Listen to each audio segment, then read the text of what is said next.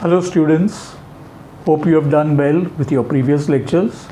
The topic that we'll be taking up today is circular motion and centripetal force. Both these topics can be found on page 2 and 3 of your textbook. In addition to circular motion and centripetal force, we also will be dealing with a very important concept that's called Kepler's law. So let's talk about circular motion. What do you understand by circular motion? When an object moves in a circular path, its motion is said to be circular motion.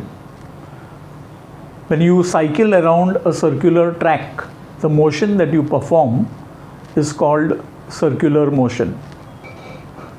If you tie a string, you tie a stone to a string, one end of the string, and hold the other end of the string in your hand and turn it around. The stone performs a circular motion.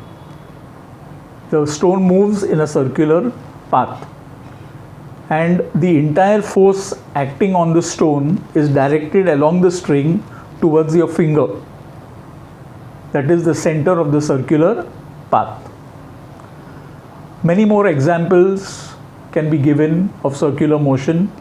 In your house, when you look at the motion of the fan, what you see are the circular motion of the blades of the fan. The motion of the moon around the earth is also an example of circular motion. So let me define what is circular motion once again for you. When an object moves along a circular path, its motion is said to be circular motion.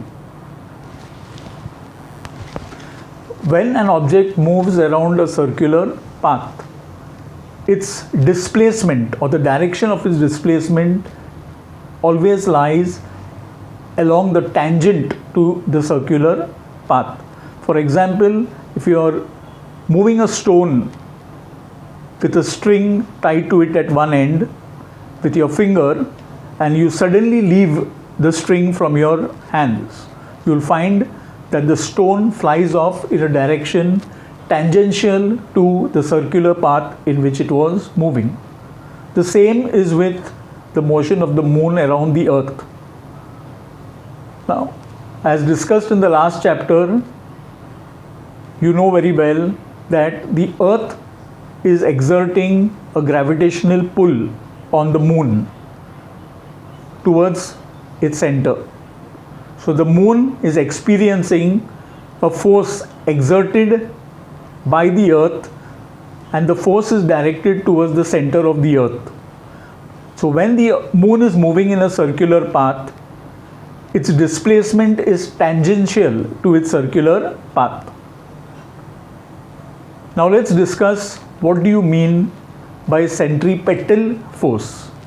Centripetal force is also called as a center-seeking force. The force acting on an object moving along a circular path and which is directed to the center of the circular path is called a centripetal force. Let me repeat once again, what do you mean by centripetal force? Centripetal force is the force acting on an object moving along a circular path and which is directed to the center of the circular path. Centripetal force is also called as a center-seeking force. Whenever an object moves along a circular path, let's remember that the direction of its displacement always lies in a direction tangential to its circular path. Students, there is another term which I need to discuss with you. The term is called center of mass. What is meant by center of mass of an object? Center of mass of an object is defined as a point that lies within the object, that is inside the object or outside the object, where the entire mass of the object is assumed to be concentrated.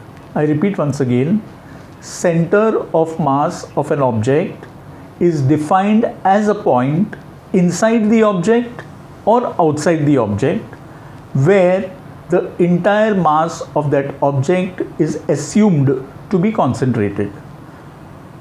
If an object is spherical in shape, then the center of mass of this spherical object is taken to be as its geometrical center. If the object has an irregular shape, for example, a triangular shape, then its center of mass is taken to be as its centroid. So the term center of mass actually has appeared while discussing the mathematical form of Newton's universal law of gravitation. You can find it on the second last paragraph of page number 4, where Newton's universal law of gravitation had been discussed.